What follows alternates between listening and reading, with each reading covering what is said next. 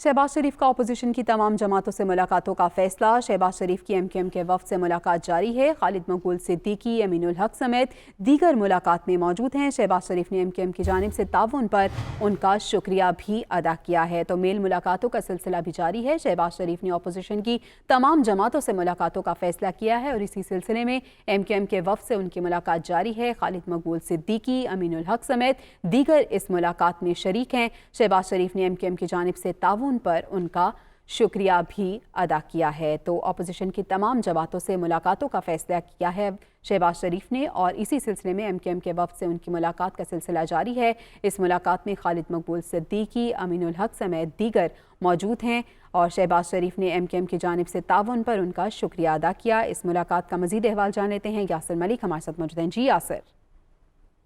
जी बिल्कुल, कायदे-ए-वाल के उम्मीदवार शहबाज शरीफ ने अपोजिशन की तमाम जमातों से मुलाकातों का फैसला किया है और उनका शुक्रिया अदा करने का भी फैसला जो है वो किया गया है।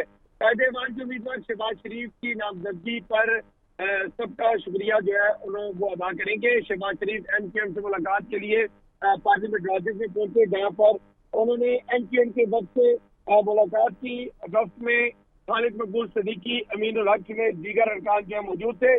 शहबाज शरीफ ने एमकेएम की जानिब से ताउन पर शुक्रिया अदा किया और अब से कुछ ही देर बाद जो मुलाकात है वो जो बलोचिस्तान अवामी पार्टी के रहनुमा खालिद बख्शी, क्योंकि पार्लियामेंट राजेस में तमाम ये रहनुमा रिहाइश पजीर हैं, तो शहबाज शरीफ उनकी रिहाइशगाह पर भी पहुंचे हैं। खालिद बख्शी और दीगर जो बलोचिस्तान अवामी पार्टी के रहनुमा हैं उनका भी शुक्रिया अदा किया और जिस तरह से बलोचिस्तान अवाम पार्टी ने साथ दिया मुतहदा अपोजिशन का, उस पर शहबाज शरीफ का कहना था कि वो उनके तहे दिल से मशकूर है और इंशाल्लाह उन्होंने कहा कि इंशाल्लाह मुस्तकबिल में भी इसी तरह साथ मिलकर जो है वो चलेंगे। और उन्होंने कहा कि बलोचिस्तान अवामी पार्टी के जो तहफ़्फ़ुज़ात है और बलोचिस्तान से रिलेटेड जो उनके तहफ़्फ़ुज़ात है वो जल्द दूर किए जाएंगे। जी बहुत शुक्रिया यासिर मलिक।